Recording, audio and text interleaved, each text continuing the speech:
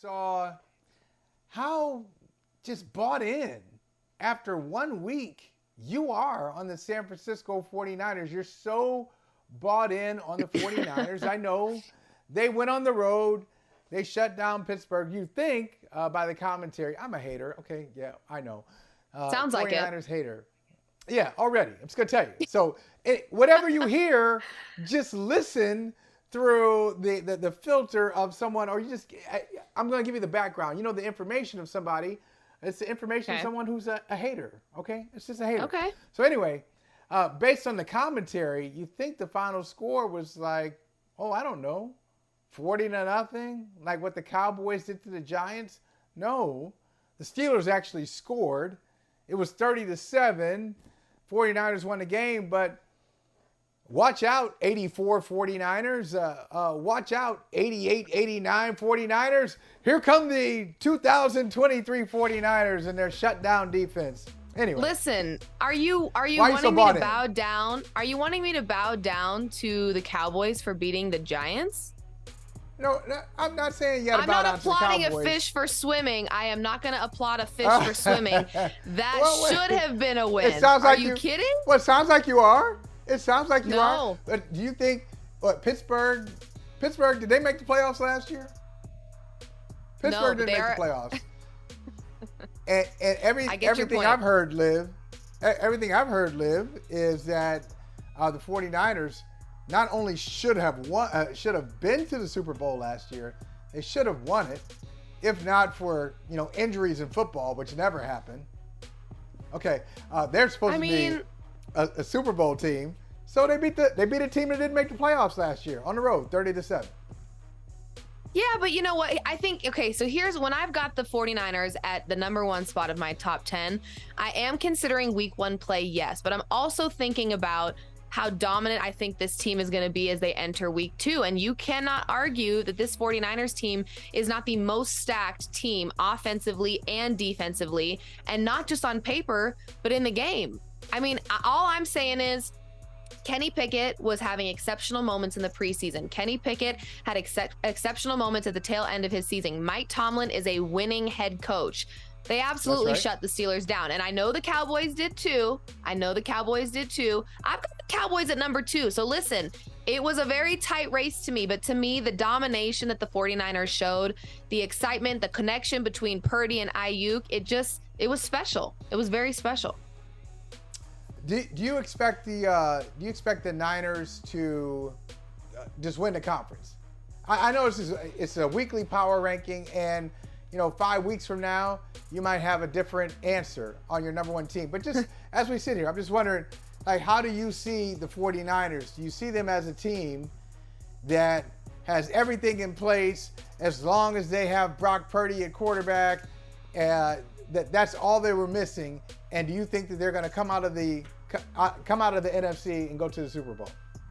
Well, this is probably the part where I should be super honest and say that I actually have the Seahawks winning their division. So listen, I was not anticipating Brock Purdy to play the way he did. You know that meme that's like, I'm sorry, I was unfamiliar with your game. That is how I felt about Brock Purdy in this game. I highly underestimated him. But here's the thing, Brock Purdy has a little bit of a schedule ahead of him. He plays Matthew Stafford and company next week, and Matthew Stafford was flirting with his old Super Bowl winning self in game 1 against the Seahawks. Then he's got Dak, to your point, and the Cowboys. That Cowboys defense got everything done to the point where a $160 million quarterback in Danny Dimes looked like Danny Pennies. And then following that week, the Browns defense, who held the highest paid NFL player to under 100 yards. So right now, the 49ers sit at 1 for me, yes, but they have a schedule ahead of them.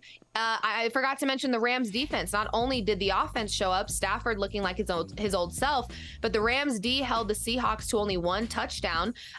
So again, a lot of defenses that I anticipated the Steelers would be much more dominant defensively. The best player on that field was TJ Watt. He can't do it alone. So right now, yes, I am high on Brock Purdy. I am high on the 49ers, but that could all change as I look ahead to what lies ahead for them on their schedule. You know what, Liv, I wonder, does this happen to you too? and all sports, but particularly in football, you've been watching football for a little bit. Even if you've been watching if you're new to football and been watching for 2 years, 5 years, you know certain things shouldn't matter, and yet they matter to you anyway. People tell you not to overreact, and you overreact anyway. Like, I do this all the time. I know the preseason, it doesn't matter. I'll overreact to the preseason. I'll see a week 1 unfold. Say, wow, oh, the Browns did that to the Bengals? Man, the Browns going to win 13 games. The Bengals might be back to the old Bengals. Like, you do all these things and overreact. I don't think people are overreacting. In all honesty, I know I've said some things about the Niners that aren't so nice, but I know the Niners are one of the best teams in football. I get it. Who are we overreacting to? There's a team in your top 10. There's a team that I think is good. You're wrong. I'm wrong. We're overreacting. It will be clear maybe after week 2. Maybe it'll take until Thanksgiving when we figure out, wow, we thought that team was good. That team is trash. Why didn't we see it? It's so obvious. Who's that team for you? Because I kind of think that team for me might be Cleveland. But who's it for you? You know what? I'm going to stay on that exact game. And I'm going to say, I think on the other side, there's an overreaction about the Bengals and the fear of, oh my God, what did we just watch? Joe Burrow, what did we just watch? What kind of version of him are we going to get? The Bengals have habitually been slow starters to their season. They got upset by the Steelers last year in game 1. They picked it back up. I believe, I may be wrong, I think that they started their season 2-2 last year, if I'm not mistaken, and then ended up having a very successful season altogether. So again, I think it's not an excuse. You still lost the game, but I think that staying on that same matchup, there's probably a lot of overreactions happening from that matchup alone on both sides. You've got the overreaction of, wow, the Browns look really good. And then you've got the overreaction of the Bengals look really bad. When really, we know the Bengals are a slow starting team. The Browns do look good, but can they compete in a pretty tough division, as well as just their conference as a whole? That's a whole nother question. I don't know if I trust Deshaun Watson that much yet, but yeah, that game as a whole, I think it's probably the biggest overreaction from week 1. And I know we got Mike Jones coming up in about 10 minutes, and we could talk to him about this, but he's not here yet. He'll be here. He's always punctual, by the way. Boys and girls, follow the example of your Uncle Mike Jones. Mike Jones is always on time. He's always early. So don't be that person. You say you're going to be there at 3:20 and it's 3:25, 3:27, and people will say, hey, where you at? Like, hey, you know what?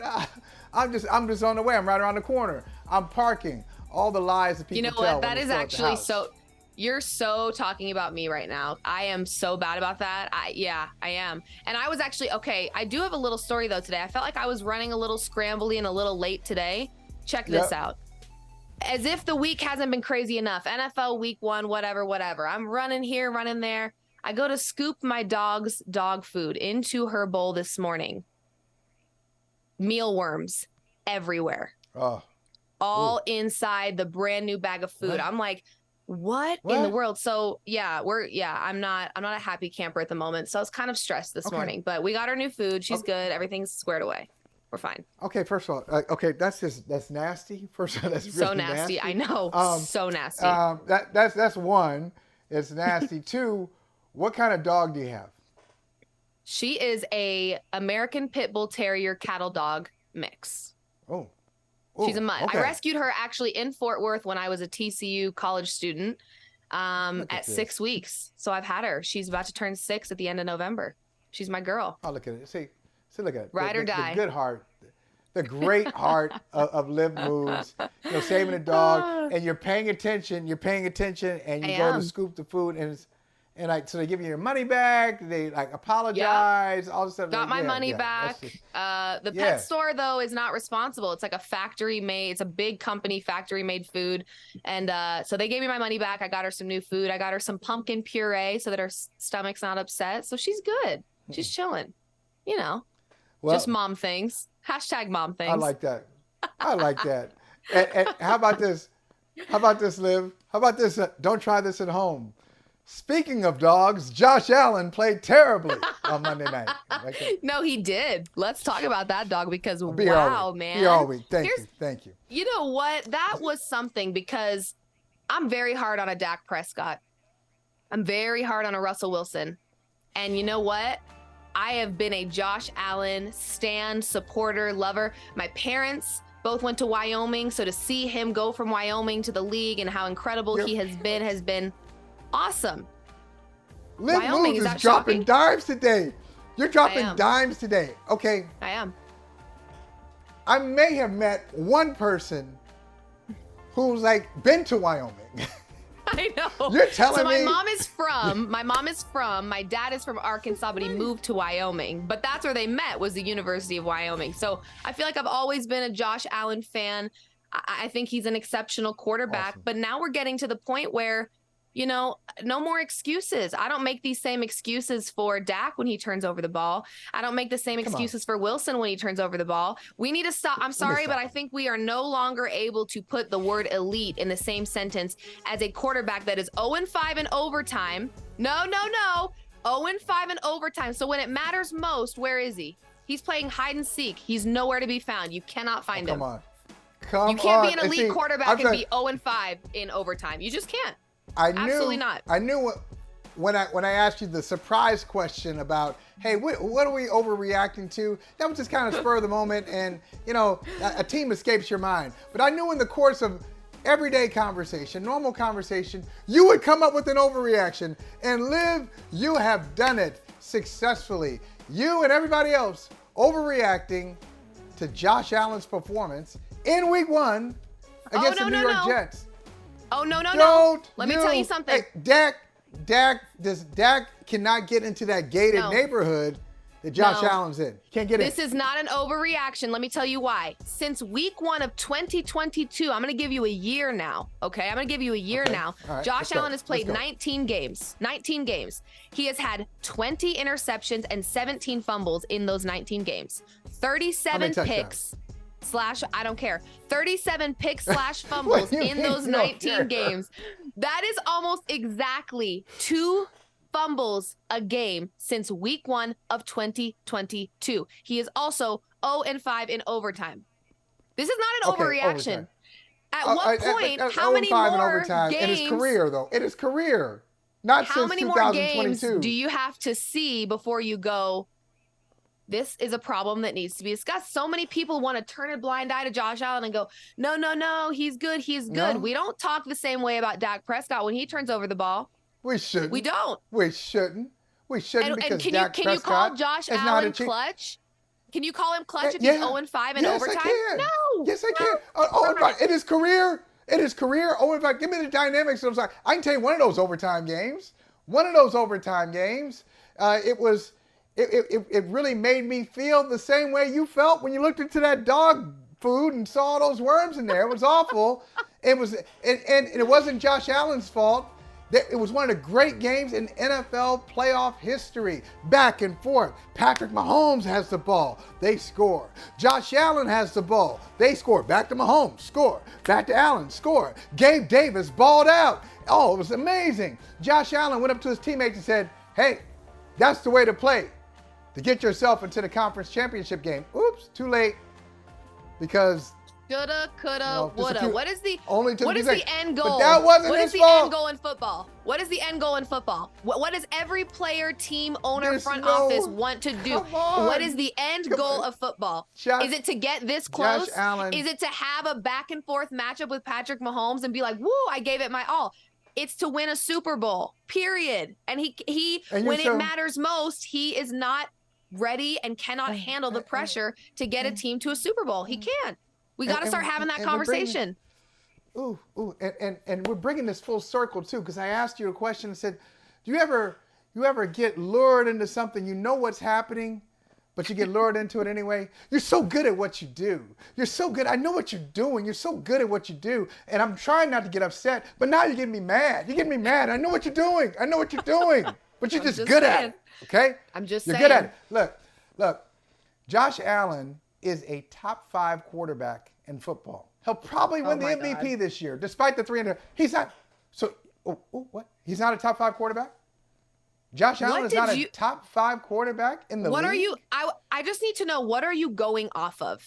Is it all the turnovers from last season, or was it the 4 turnovers in one game in week 1? What are you going off of to make that statement? I just I need to know. I watch him play. Now it's not, I am going to make a couple of excuses. They're not really excuses. They're just observational points. It's more science. Okay. Science is really about observation. It's about observation. I'm just observing. That's all. And writing down my observations. It's just science. So I've watched Josh Allen be the passing game and the running game for the Buffalo Bills. It's not his fault that they don't have a balanced offense. So when they run into trouble, generally the Buffalo Bills approach is bail us out, Josh. Be a running back, be a passer, be our tough guy, set the tone, make big plays for us. Come on, do it all. And he's got the ball in his hands so much, at times he shouldn't. At times he shouldn't be running. At times he shouldn't be forcing it. But I think the construction of the team has put him in this situation. But you mean to tell me, if you're standing there and you've got all the quarterbacks available to you, Liv, in the NFL, and you can just pick them, Josh Allen is not going to last past number 5. And he may not even make it to 5. You disagree? Nope. He's not in my top 5. Okay. Not even close right now. Nope. Okay. I put Tua over him. I'd put Trevor Lawrence over him.